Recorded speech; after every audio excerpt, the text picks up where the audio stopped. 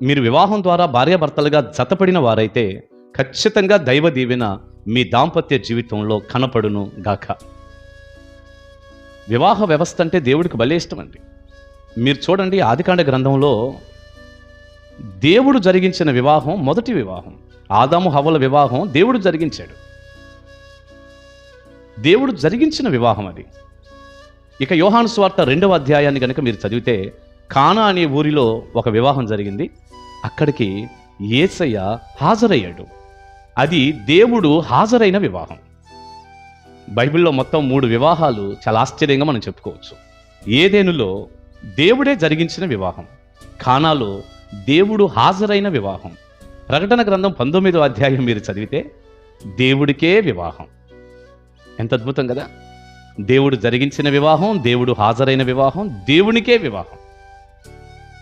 కనుక ఈ వివాహ వ్యవస్థను ప్రారంభించింది దేవుడే. కనుక భార్యాభర్తలుగా ఈ వివాహ వ్యవస్థ ద్వారా మీరు జతపడ్డారు చూడండి, పద్ధతిగా, న్యాయబద్ధంగా.